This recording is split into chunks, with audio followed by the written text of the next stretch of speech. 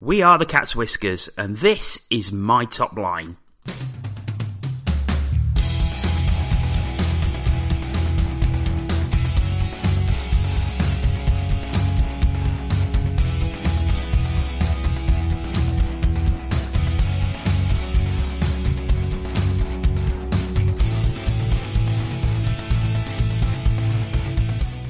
Hello and welcome to another edition of My Top Line. My name is John O'Bullard and I'm delighted to say we are looking at the Braehead / Glasgow Clan in this edition, and I'm delighted to welcome my guest, who is the senior reporter at British Ice Hockey and the media co-ordinator at the Glasgow Clan. It's Craig Anderson.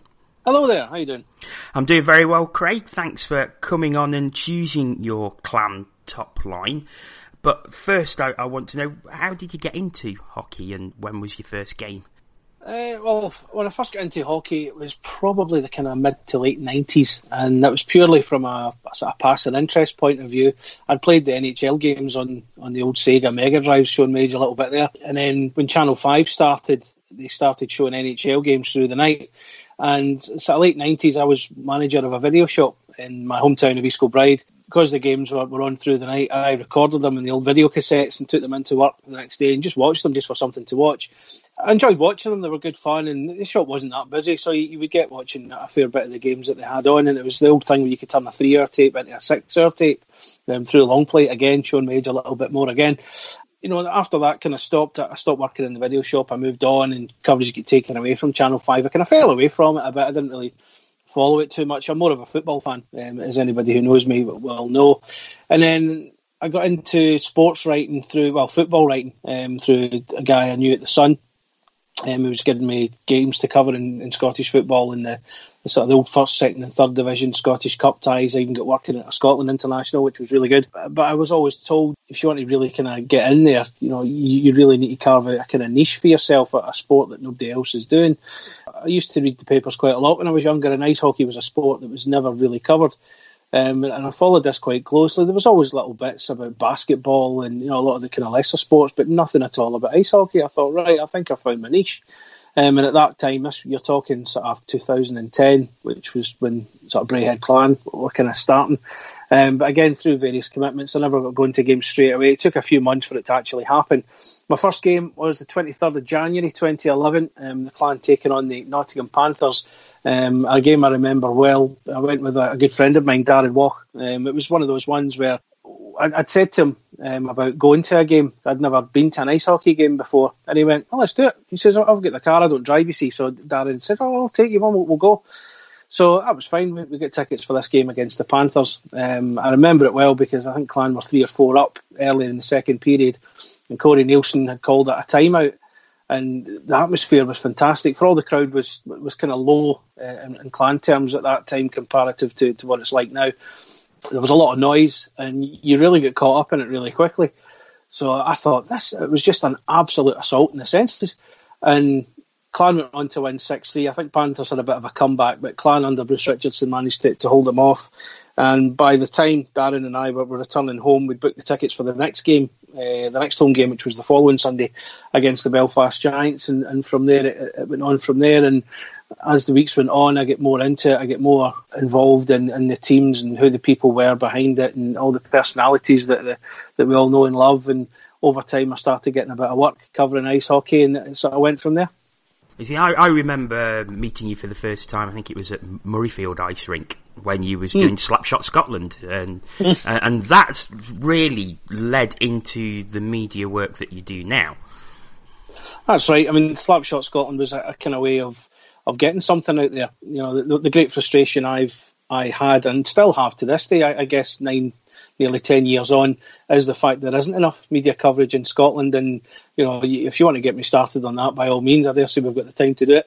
But no, Slapshot Scotland was a medium for me to get something out there. And I was getting interviews with not only people at the Clan, people from Edinburgh, Dundee, Fife, and then I branched into Solway, even 1 or 2, you know, sides at the SNL as well, just to get something out there by way of ice hockey coverage and somewhere for people to read. And it took off quite quickly. I was getting a lot of good positive tweets. People were saying a good job I was doing. I was getting interviews really that people weren't getting, and I think a lot of people appreciated that. And as you say, John, it kind of led into more media work, which I'm still doing now, and I suppose it gave me the grounding to get the experience of the people that in many ways I still work with now. And of course, that led on to working for the Elite League for a couple of years, and I think you got a lot of enjoyment out of that. I did, loved it, great job. And it came about, it was through Seth Bennett. Seth had been in charge of the media, and he'd had Rob McGregor helping him the playoff weekend in 2016. I'd gone down, Fife had been involved in that weekend, so I got a bit of work from Scottish media regarding Fife, which was fine, but Fife got beat on the Saturday, didn't play in the final on Sunday. Nobody was really bothered about the third place game, and I was really only going to be a spectator for the final, which I was fine with. You go to a thing like that and you get to actually watch a final. But I'd said to Seth, look, if you need a hand with anything, I'll be more than happy to help you out. If you and Rob are, just by way of, if you want me to get an interview down at the rink, or if you need me to cover anything on the website. And Seth took me up on an offer, so I ended up working at the playoff final in 2016 alongside Seth and Rob to help with the league's kind of media output. By that point, I'd worked with the SNL as a media officer for a year, which didn't go as well as I'd hoped. There was all sorts of things going on. I know for a fact there were certain teams that didn't want the role, so they were unwilling to help me, which I thought was a little bit narrow-minded, but if that was their decision, that was their decision. So as we went into the summer of 2016, I said to Seth, if there were any opportunities, I'd be more than happy to help out. Next thing you know, I've got a phone call off him. The league had approved Seth bringing Rob and I on board, which was magnificent. Really grateful for the opportunity. So the three of us sat down and came up with a strategy of what we would do over that summer, signing news and all the other stuff we were going to do. That led into the following season, and then by the end of that year, the start of 2017, Seth had taken up a lovely lucrative role with the BBC World Service, which he still does today, the lucky so-and-so. But Rob and I were tasked to keep it going between us. The two of us both had full-time jobs, so in terms of the league, it was a part-time thing.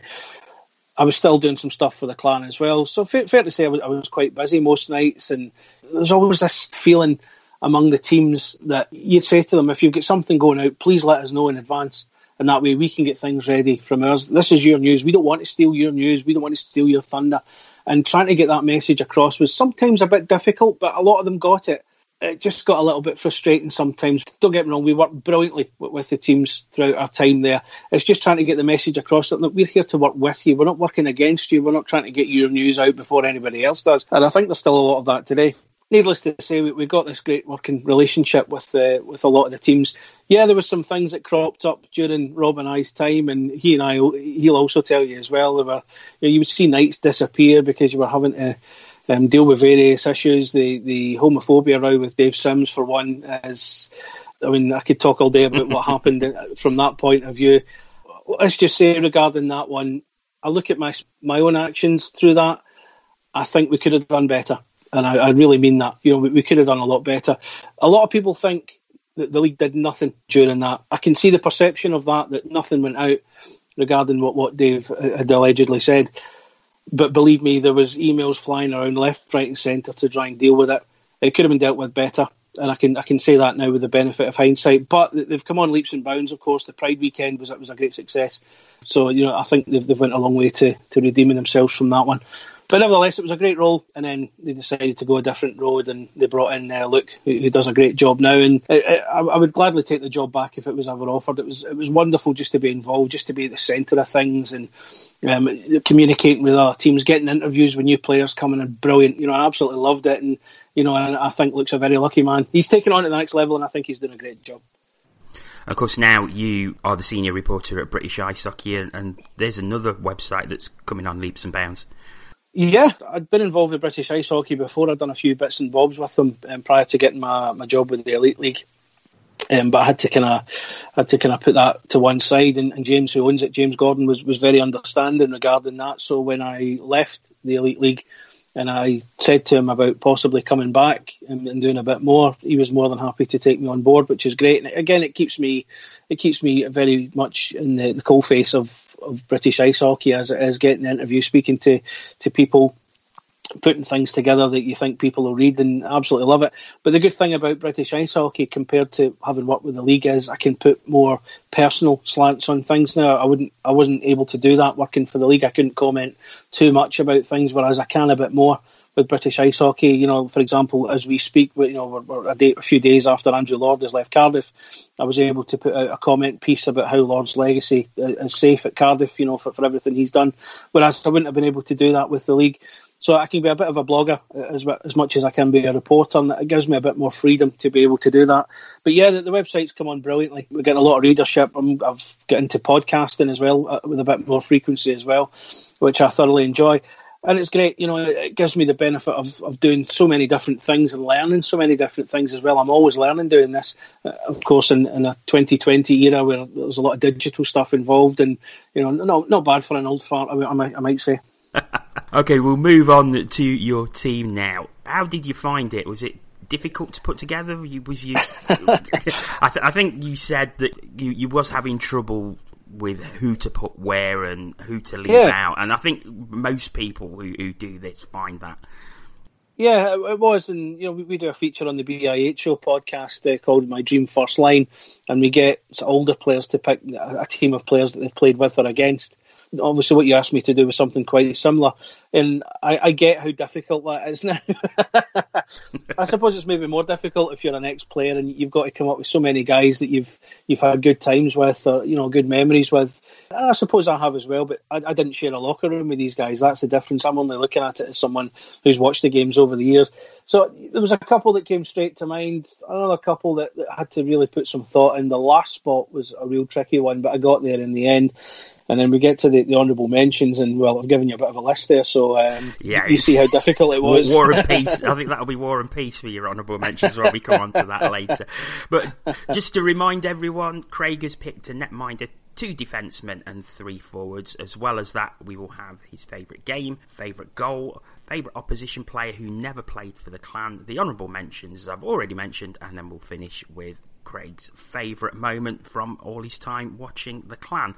But as ever, we will start with the netminder. So, Craig, who is the netminder you have chosen? Right, I'm going to give him his full name, and it's Kyle Jones, Jonesy,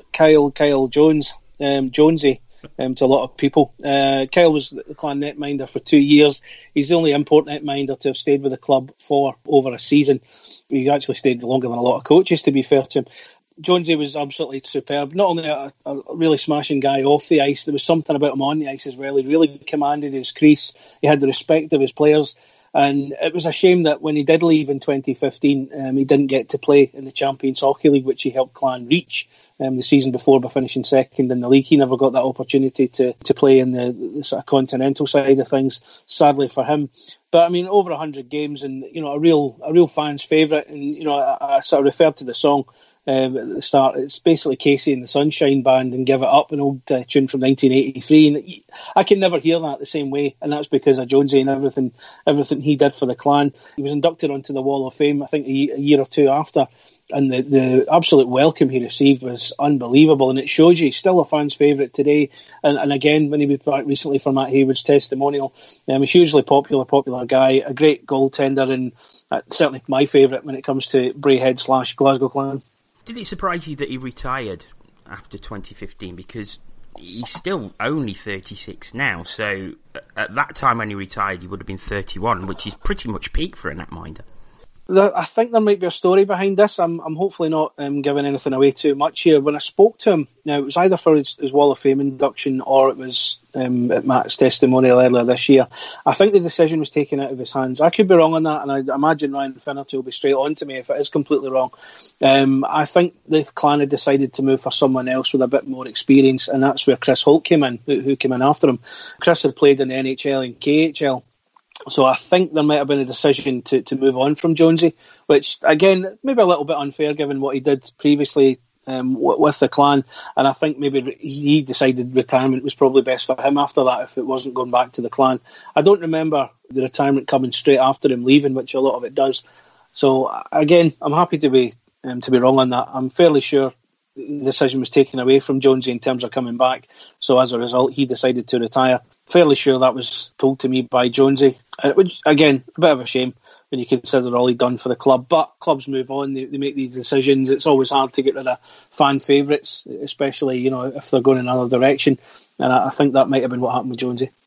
Okay, we'll leave Kyle Jones there and move on to your first defenceman. So, Craig, who is defenceman number one? It is the man, the legend, that is Scott Arson.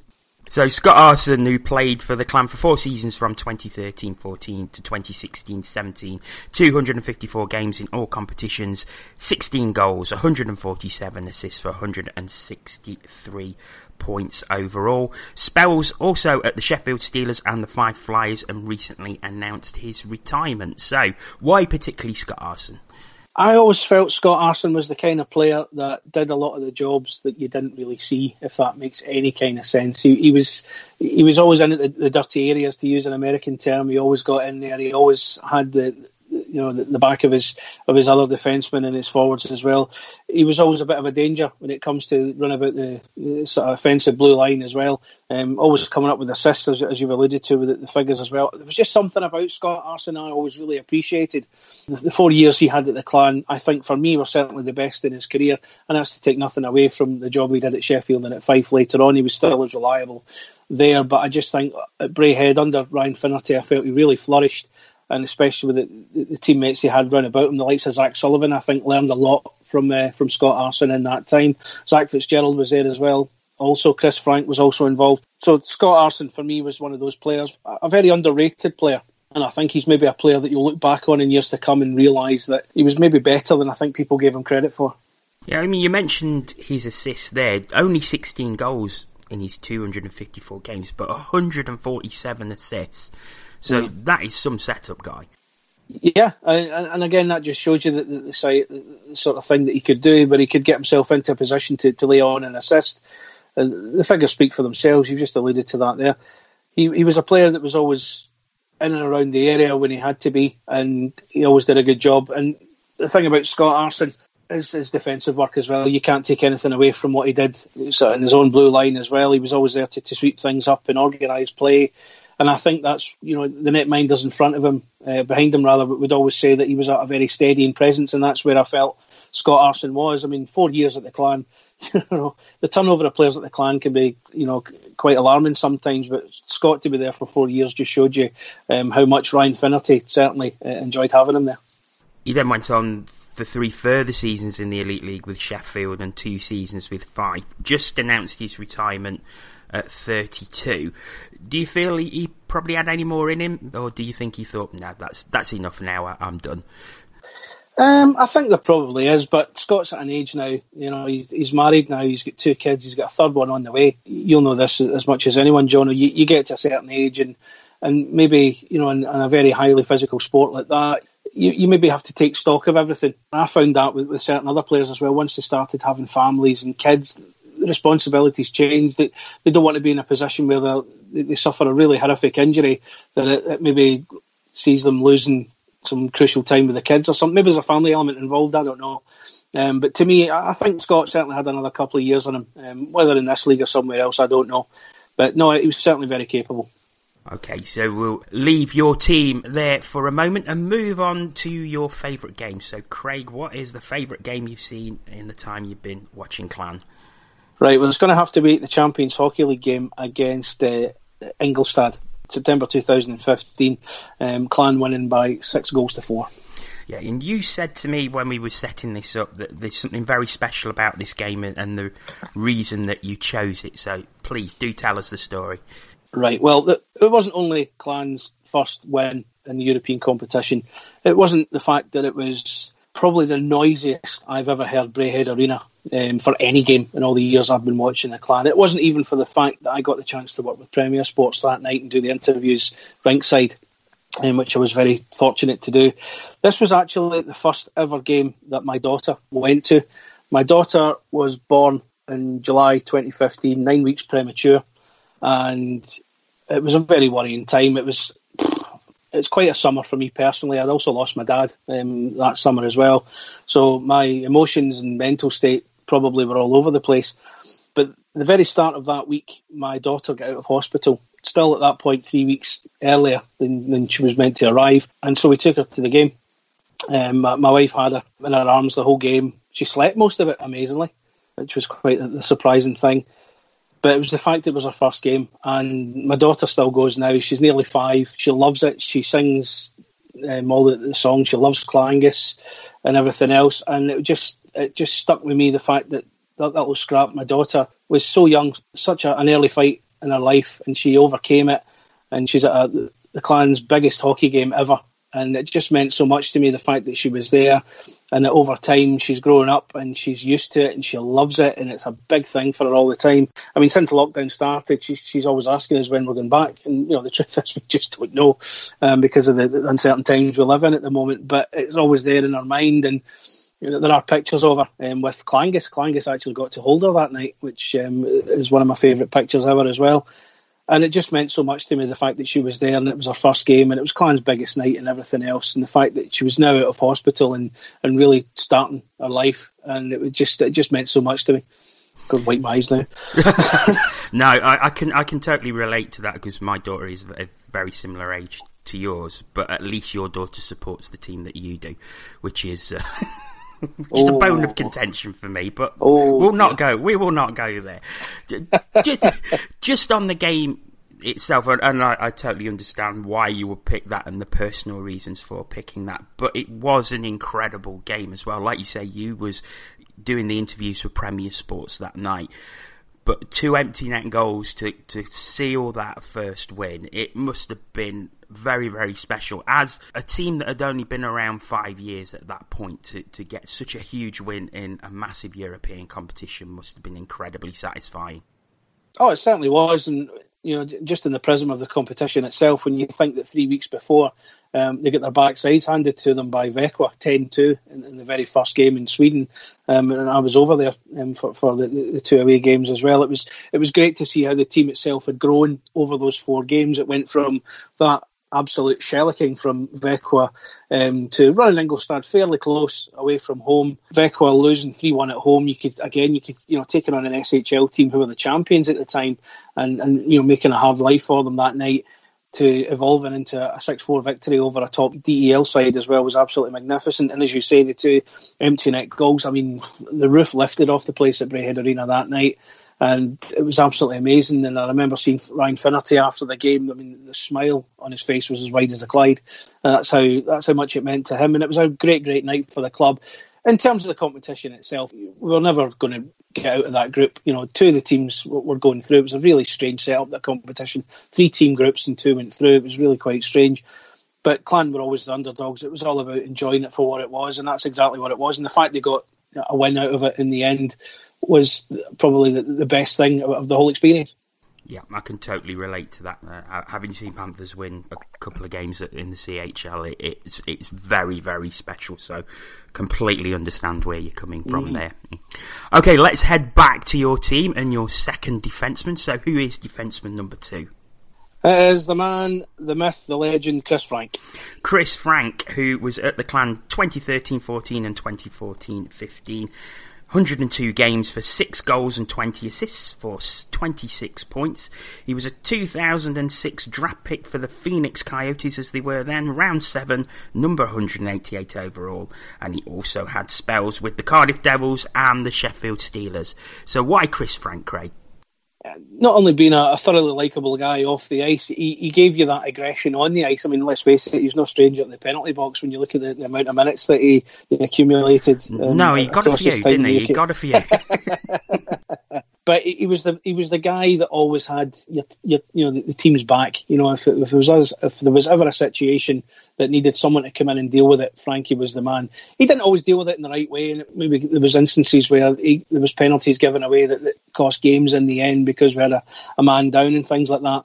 And I found that to be frustrating about Frankie. But in the main, he was the sort of guy, he got the job done. He wasn't the most graceful of ice hockey players, but what he lacked in ability in terms of the team, he always had the team's back, and I think that's a really admirable quality to have.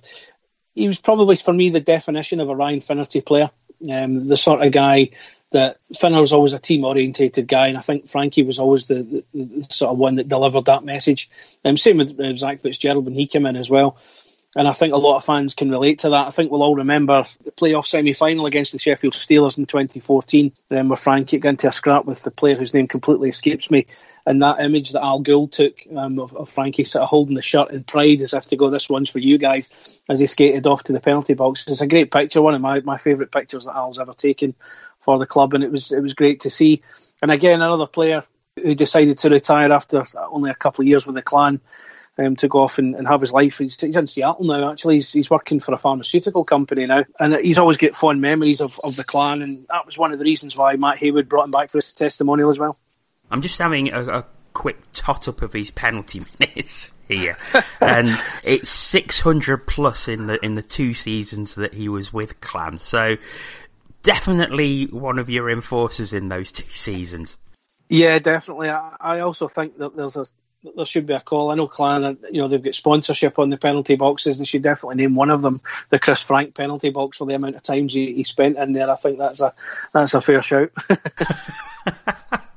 So Chris Frank is defenceman number 2, which completes your blue line.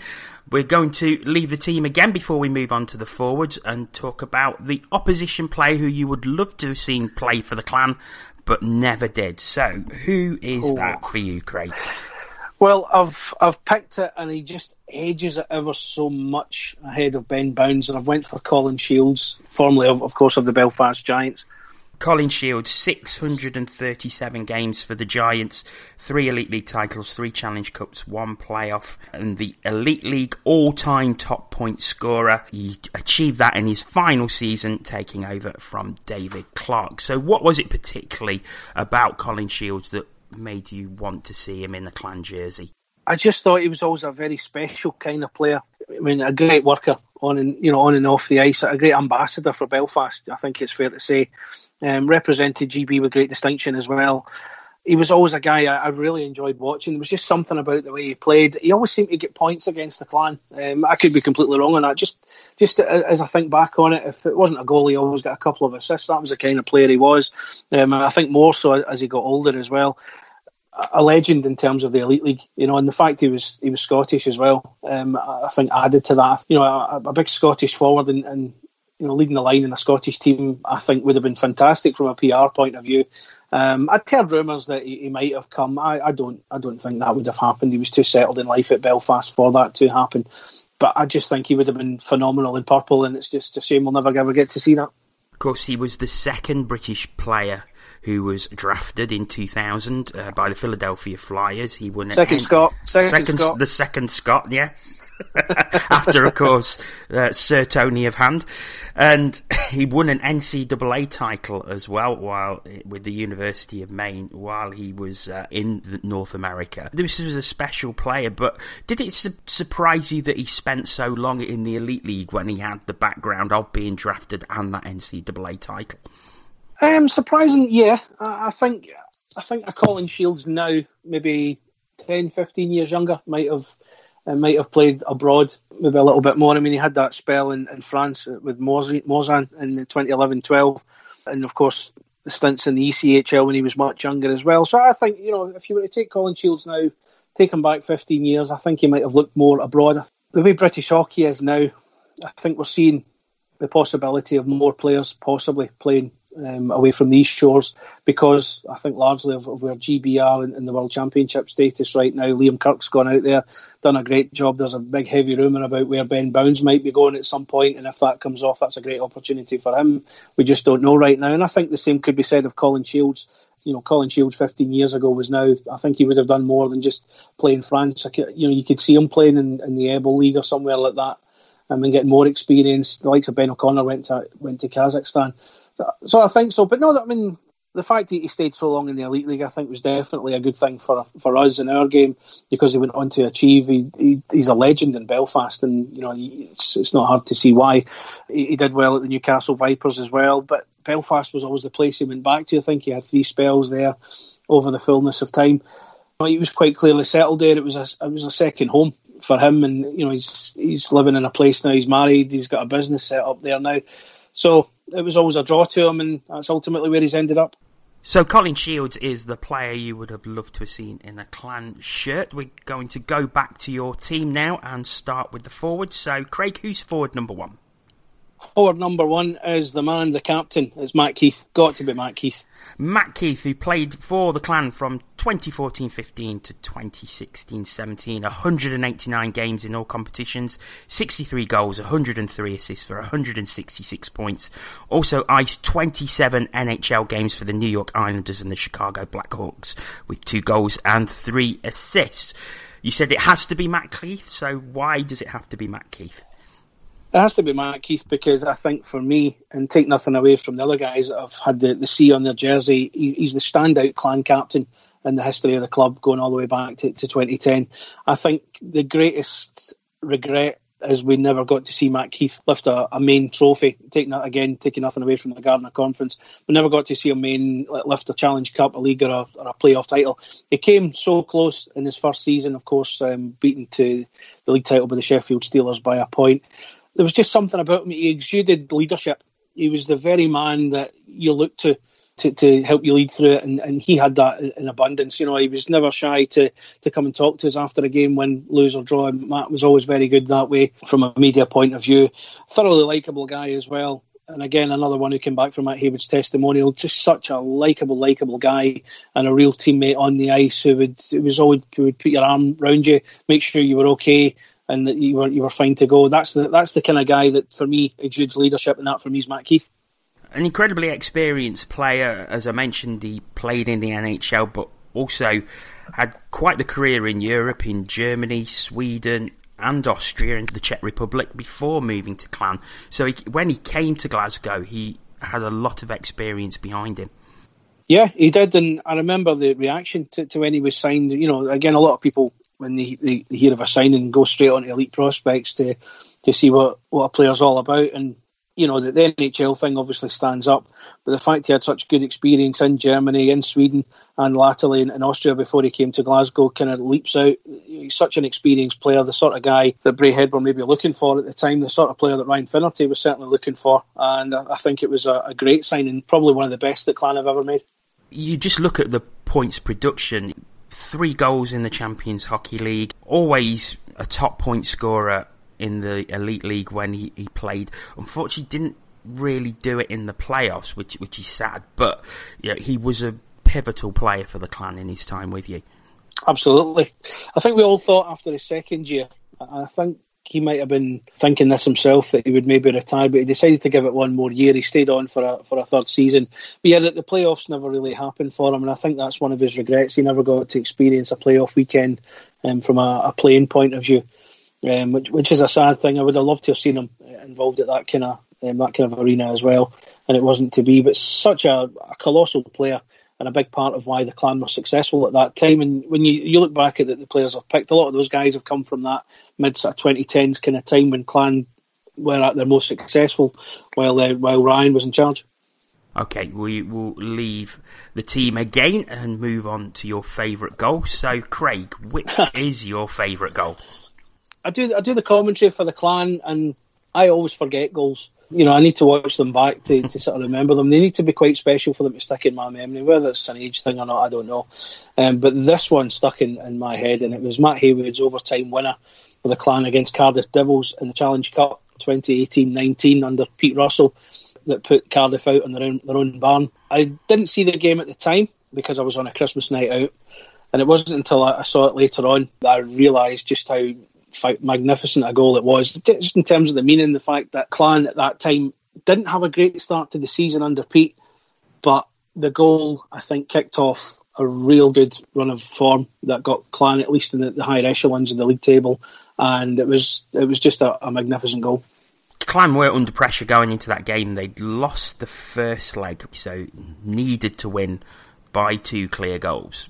The game went to overtime. And I watched it back when preparing for this, and you could call it a bit of a scrappy goal. It was a rebound off Browns, and Haywood was straight there on the doorstep to poke it home. But to beat a Cardiff team who were very much in their pomp at that time was a huge result. It definitely was. And as I say, the form Clan were in wasn't good going into that one. And when you look at the results after, it kick-started a great run of form that got them up there. It also came at a time where Josh Grattan had just been released by the club. It was just before Guillaume Doucet came in, who I think was a better replacement. No harm to Josh, I think did an okay job. But when Guy came in, I think he added something to the front line. And it was huge for Pete to get Clan into the Challenge Cup semi-final as well. They hadn't done it since 2013. When Paul Gardner was in charge. He started off with Jordan Kristanovic in charge. And the way he just got to that goal was absolutely superb. The fact he scored it against his pal, Ben Bounds, as well, I think it's something he likes to remind Ben about from what I hear from time to time as well, so that would have been good for him. It was magnificent. It's such a big win, a key win, I think, in Pete Russell's all too brief time with the Glasgow Clan. And let me just tell you, I said I was on a Christmas night out that night. I was sitting with my work colleagues and I knew the game was close. So good old Twitter was updating us with what was happening. I let out a huge cheer when Matt scored. Luckily, it was drowned out by the music round about with the in-house band. But needless to say, I frightened the crap out of my workmates and I had to tell them why I was cheering. So it was worth it. Perfect. We will leave that one there with your frightened workmates and move back to your team. So who is your second forward? Well, it's Mr. Clan himself, Matt Haywood. 500, nearly 600 appearances and counting. Matt Haywood, from the inception of the Clan in 2010-11 to the present day, 86 goals, 156 assists for 242 points. He also played 5 games for the Sheffield Steelers prior to arriving in Braehead and had his testimonial in the 1920 season. I'm not surprised you picked Matt Haywood considering he is an ever-present in Glasgow, but what is particularly special about him? Matt Haywood is just everything about the Clan. He's a real favourite for obvious reasons. He's the captain as well more recently. What he does on the ice, he always gives full effort in everything he does. He's got the respect of perhaps every single teammate he's ever played with, and that was very apparent when his testimonial came around earlier this year, speaking to the former players that played with him. I mean, put it this way, I reached into my contacts book. I put out messages to all sorts of guys, asking them to record messages for Matt for his testimonial, the ones that couldn't come back for it. I think I was only looking for about 10, just to make up a sort of montage of these things. I must have got near 30, to the point we had to split them up into 2 segments, and you can see them on YouTube. And the amount of videos I got was absolutely incredible. So to see the amount of people that Matt's played with, going back from the very first days to present day, talk about how great a guy he was, how wonderful a man as well as a teammate, just says it all for me. And if you can overcome all that, if that one guy can tie all that together, wow, it just shows you how big a player he actually has been for the club. Again, another one, it's just such a shame we've never seen him lift a Challenge Cup, a league or a playoff title, and I think if it ever happens for the Clan, nobody would deserve it more than Matt Haywood. He's been there with the fans. He's been on the journey all the way through, the highs of second place in the league, the playoff weekend, the Champions Hockey League, to the lows, to the lows of the 2017-18 season under John Tripp when they missed out on the playoffs, even last season, which wasn't the best on record, let's be fair. But Matt's been there all the way through, and with Matt Haywood there, he's Mr. Dependable, Mr. Clan. Still only 29 years old, so has hopefully got quite a few seasons in front of him. Do you see him continuing his career in Glasgow? I think so. I think very much Matt's in with the bricks now. I mean, when I think back to when I first met him, he was just a shy kid from Yorkshire. He could barely string a sentence together, trying to speak to me for the media. Now he's brilliant. We've got him in the Clan chat online. He sort of joins in with that, which is good fun. So he's really come out of his shell in that respect. Brilliant sense of humour. Some of the stuff Matt comes away with is actually really funny. He's married. He's got a young daughter. He's got another daughter on the way. They bought a house. He's very much got roots here in Scotland now. I can't see him going anywhere else. I think Matt's here for the duration. Of course, he had his testimonial in February 2020. A lot of players coming back and a huge crowd at the Braehead Arena for that one. It must have been a very special night. Oh, I have to say, hands down, one of the best nights I've ever experienced at Braehead Arena. I think the whole nostalgia of it, all these older guys coming back, like Jordan Kristanovic, Matt Keith, and some of the other guys I've mentioned here, the fun of it all, and that's what it was. It was fun. It was a fun night, seeing them playing with both sides, the team of the All-Stars, and the team of current players, the little funny stuff they put in between. I had the privilege of commentating on it live to the families over in North America who couldn't be here, which was a lot of fun as well. We got a lot of good feedback from that. And it was a really special night, and you could see what it meant to him, the fact that the place was just there for him. Even the dinner a couple of nights before, I think Matt was truly overwhelmed by the support he got from the fans and from everybody involved. And again, you talk about the love that the Clan has for Matt Haywood. It's certainly mutual from his point of view to the club and to the fans. Perfect. So we will leave Matt Haywood there and move on to your final forward in your Braehead / Glasgow Clan side. So who is forward number 3? It's got to be Jade Galbraith. Jade Galbraith played 2 seasons for the Clan, 2011-12 and 2012-13, 120 games, 68 goals, 101 assists for 169 points, and of course was a former player with the Nottingham Panthers prior to his arrival at the Braehead Arena. I think I know what you're going to say, having experienced Jade Galbraith myself, so why Jade Galbraith? Well, I think you've kind of alluded to it as much as you can. The guy was just amazing. The amount of points he produced was just unlike anything else we'd ever seen. He's Clan's only 100-plus points player we've ever had in a relatively short history. When we signed him in 2011, it was a coup. Let's be honest, it was a coup when Drew Bannister managed to get him to come to Glasgow. I think 3 years at Nottingham was enough for him. He had a great time. I mean, Jade's spoken about the relationships he had with Corey Nielsen and a lot of the team back then. I think he just felt it was something different for him, and my goodness, he delivered. He had a great partnership with Jordan Kristanovic in those offensive lines. And you speak to Jade about his scoring record, particularly in that first season. He puts it down a lot to Jordan Kristanovic. I can see why. Jade had that reputation about him. He liked to drink, and he's the first to admit that. And I think there's, having spoke to Jade quite a lot, and I've actually spoke to him recently, when he looks back in his career, I think there's an element of regret that he maybe didn't put as much in as he should have. I mean, the figures stand up, so can you imagine if Jade Galbraith had really put effort in, what kind of figures we would be talking about? But let's take nothing away from what the guy did. 2 years at the Clan, the first season, phenomenal under Drew Bannister. Not so much the second season, and that was largely down to injury. I think he came in unfit. He struggled with a back injury, which seemed to prevent him from making any real impact.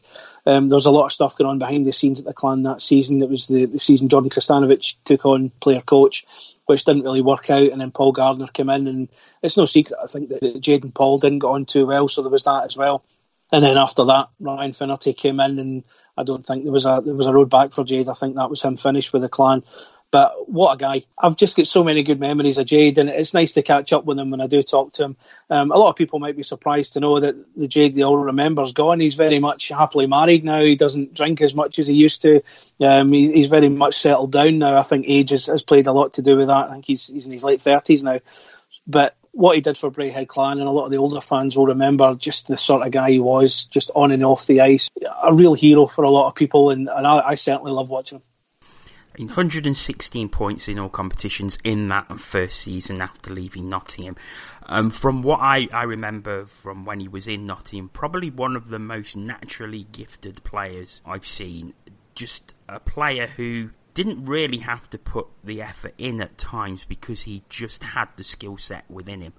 Yep, completely agree with that. And it just touches on what I said before. If he did put in the effort, and that's not to say he didn't, but if he really knuckled down and focused and maybe get the alcohol out of his system, you're looking at a real special player that could have went on to perhaps greater things.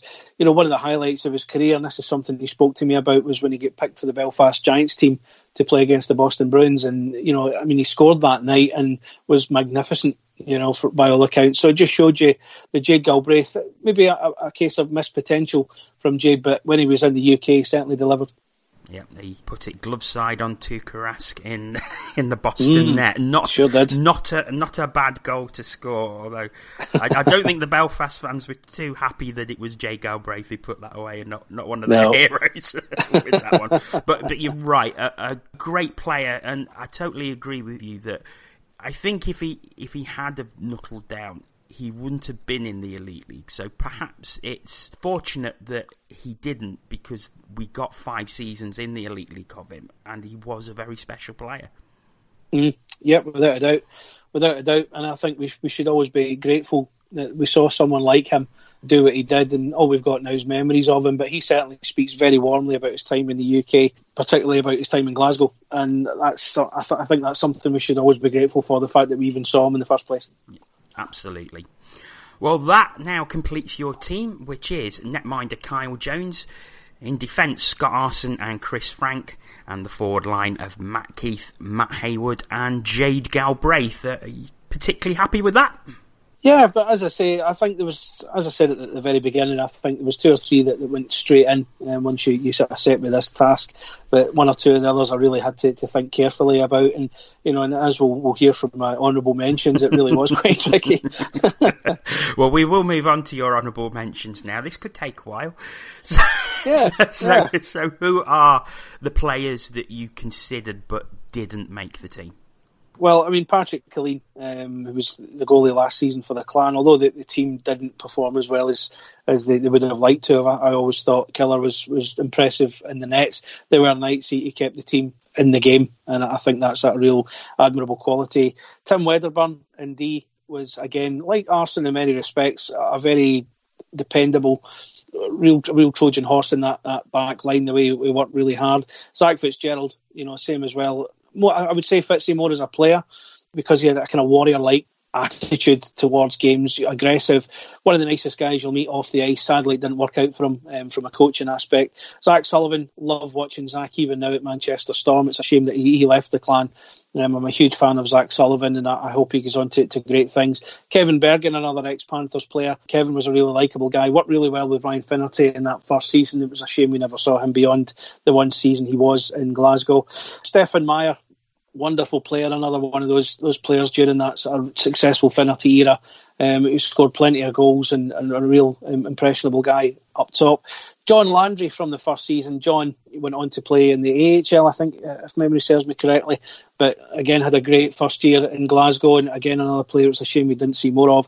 Jordan Kristanovic, 2.5 years with the Clan. His last year, unfortunately, was the sort of ill-fated coaching spell as well, which didn't really work out for him. But I think a lot of people have got a lot of great memories about Jordan, and I'm just glad to see him back for Matt Haywood's testimonial. Scott Pitt, Clan's all-time top scorer, over 2 spells with the club. Again, it's always great to see him play. He's in full flow, had a real great partnership with Matt Becker and with Mike Hammond at first when Mike first came to Glasgow before he moved to Manchester. So I had to include him somewhere, sadly not in the top team. Barry McKenzie, this might surprise a lot of people. I've got a lot of time for Barry McKenzie. Barry's one of these players that what he maybe lacks in ability, he makes up for in work rate and heart. And I think every team could always do with a Barry McKenzie in their team. A thoroughly likeable guy off the ice as well, and I really loved seeing him get his chance to play for the Clan.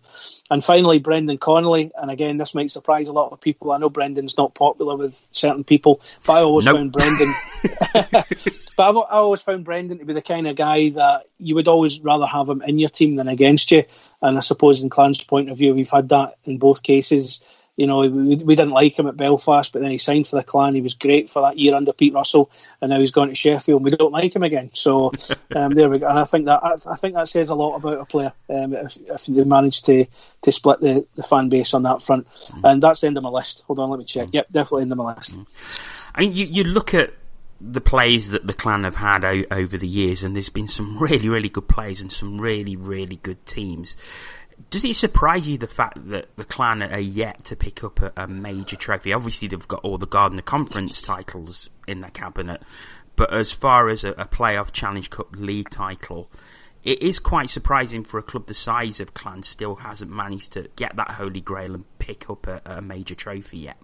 Yeah, in a way, yeah. Because when you look at the quality of the other teams, particularly the sort of top-end teams like Nottingham, like Sheffield and Cardiff, obviously more recently with the players they've had through the years as well, it's not a surprise because there's some real quality in those teams. And Clan, I feel for the most part have always improved. We've had a couple of seasons where it hasn't quite gone well and has been a big disappointment. The John Tripp era, especially where the Clan completely missed the playoffs, and that was just a season to forget in so many respects. So yeah, in that respect, but I think playoff weekends, there definitely should have been more playoff weekend appearances. The fact that you're only looking at one in 9, 10, I don't think we can count this year, I think is the biggest thing. How can a team like the Clan have only been to that weekend once in their history? They've been so close. They were edged out by Fife one year in 2 games that were magnificent to watch. Games that could have went either way, and Fife got the edge over the 2 legs. There was the year they played Hull, 2015, which turned out to be Hull's last season, where their goalie, David Brown, was absolutely sensational. That was Omar Pasha's first year as a coach as well, which he likes to remind me of. And there was Ryan Finnerty's last year, and it wasn't a case of being edged out against the Dundee Stars. Clan were blitzed against Dundee Stars. Dundee really grabbed them by the scruff of the neck and ran them ragged for 120 minutes in those 2 legs, where Clan just didn't turn up in either leg. And it was a shame to see Ryan's era at the club go out in that fashion. So I think I'm probably more disappointed we haven't been at the playoff finals more. When you look back on these certain games, I'd like to think silverware will come. I think it's going to take a real special team to be able to do that. When we're going to see that, I just don't know. Well, that leads us beautifully into your favourite moment, and we always finish the show on the favourite moment. So, Craig, please reveal what it is.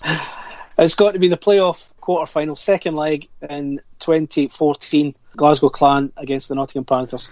Yes, a bit of a sting for me, but of course, after beating the Panthers 4-0 at the NIC in the first leg, the Clan returned the following Saturday to beat the Panthers 5-1 on home ice, a 9-1 aggregate victory to take them to their first playoff finals weekend. So, Craig, explain why this is your favourite moment. On the Thursday, as you said, Clan had won 4-0 in Nottingham, and years previously, I think 2 out of the 3 years previously, Clan had been beaten by the Panthers at this stage. So it was a case of third time lucky. The second time Clan lost, that was the Drew Bannister year, 2011-2012. Brandon Benedict cost me a fortune because he got the winner in overtime and cost me work. And I've never forgiven him for that. So 2 years on, both teams meet again. And this was Ryan Finnerty's first year, coming to an end with the Clan. 4-0 win in Nottingham.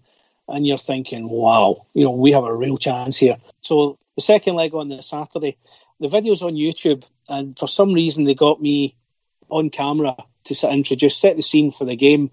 And I've watched it back. My daughter likes this, but then she's nearly 5. She doesn't know any better. I just look as though I'm completely excited. I'm like a kid at Christmas thinking, the Clan are in this game. If we win, we go to the playoff finals. And I just look ridiculous. And I'm quite embarrassed watching it now. But nevertheless, that was what I did. So I'm setting the scene for the game. I'm thinking, right, big crowd are in. Clan that night had Chris Frank back in the lineup. And I'll admit, I was worried about Chris Frank coming back, and I'll tell you why. He missed the first leg because his wife was having their baby son, which is why he missed the first game. And because Frankie, as much as I love him to bits, he had the tendency to cost us penalties, I worried that this might allow Panthers back in. And I'm sorry, Chris, if you're listening to this, I really am. But the fact he came back into the team worried me. And Panthers were always a team you could never underestimate. And as we saw 2 years before, Panthers came back from that after losing the first leg as well. So they were always capable of clawing a game back. And of course, Matt Francis got the opening goal in this game. And I'm commentating on the game, and in my head I'm going, oh no, not again, I can't bear this. So Matt Francis gets the opening goal, but then after that, Ash Goldie levels on the power play, and the four-goal deficit was reinstated. And from then on, just the night got better for the Clan as it went on. Corey trying a little bit of dodgy tactics there. I think there was an illegal equipment call against Kyle Jones' stick. Tom Darnell was the referee. He had to look into that. A little bit dubious. They're trying to take the sting out of the game a little bit, but nevertheless, Clan got on it. And what a night that was. Kevin Bergen got a goal that night. I'm trying to remember this game off the top of my head. I've not written anything down. There was a 5-on-3, and Panthers were absolutely running riot over the Clan, and the defence held up brilliantly. And I think that was a key point. I think that was the moment that we realised this was on for us here. Never mind the healthy aggregate score. But yeah, Kevin Bergen getting a goal. I remember getting really excited about that. And then there was further goals from Matt Tau, Mash Goldie getting another one, and Joel Champagne finishing it off in the last 10 minutes. And the celebrations were magnificent that night. And it was a really special night. It's up there with the Ingolstadt game, put it that way. Of course, you went on to Nottingham and lost, unfortunately, to the Sheffield Steelers in the semi-final, but won the third to fourth place playoff against Fife in overtime. So after actually getting to the playoff finals weekend with the Clan. How was that for you? Did you enjoy it despite the loss in the semi-final? I did, and it was nice. It was nice from a Scottish point of view, because I'd been to the playoffs, I think 3 or 4 years every year previous to that, and there was no Scottish involvement. You're trying to find a Scottish angle to write about, and there wasn't much there. Whereas this year there was, because Clan and Fife had both made it. Scottingham, I think it was called. Scottingham, yes. One of the I hated that hashtag. I'll be honest, I hated it. I could see how clever it was. I didn't like it. But anyway, no, the fact that both Braehead and Fife were both in the playoff that weekend was really special, and it was good to see. And we've seen Fife make it since. We've seen Dundee make it since as well. So I think, for me, seeing a Scottish team in the playoffs always makes it that little bit more special, speaking obviously as a Scot. But no, Clan there was nice to see. And I think one fan summed it up. I was doing a piece for the playoff weekend programme. Chris Ellis had got me to not only do the sort of season review stuff for the Clan, but he asked me to speak to a fan about what it's like to be at the playoffs. I spoke to a fella called Jock Mackey. A lot of the Clan fans will remember Jock. Lovely big guy. I've not seen Jock in a while, actually. I think he's not been well, but I spoke to him for the programme, and he said the playoff weekend's brilliant. You know, we go down, we have a great time, we have a few drinks, we meet other fans, we have a great time. He says, but because Clan are in it, it's a bit different. We're invested. Whereas before, it's just a festival of hockey. We get to see all the teams and enjoy ourselves. But our team's in it, and it's different, and there's a bit more nerves to it. And I think he summed that up really well. And that kind of was what it was like for me as well. I also got the privilege of working with Seth Bennett on the BBC that year, on the commentary. I think the Belfast Fife game. I think Dave Sims was meant to co-commentate with him, but I think Dave was schmoozing with corporate guests for Sheffield, so couldn't help Seth out. So Seth sent me a text and asked if I would come on co-comms with him for the Belfast Fife game, which I was happy to do. And getting a text message off Chris Ellis on the Sunday morning when Braehead were playing Fife in what's called the hangover game, because I think he'd had a lot of people asking about if that game was going to be streamed on radio. And it was I had 2 hours notice to basically come up with a commentary, and I did the commentary on the Braehead Fife game on the BBC stream, which was magnificent, a real pleasure to do. So that weekend for me personally was absolutely fantastic. The fact Clan were there made it all the more special. They really gave a good account of themselves against the Sheffield Steelers in that semi-final, but wasn't to be in the end, hey-ho. But we were there, and that was the main thing, and we know what it's like, and we're just desperate to get back. Beautiful place to leave it. Craig, it's been an absolute pleasure to have you on My Top Line. Thanks for coming on. And thank you for listening to my name drivel. Thank you very much, Craig, and thank you very much to you for listening. We will be back very soon with another edition of My Top Line, but until then, goodbye.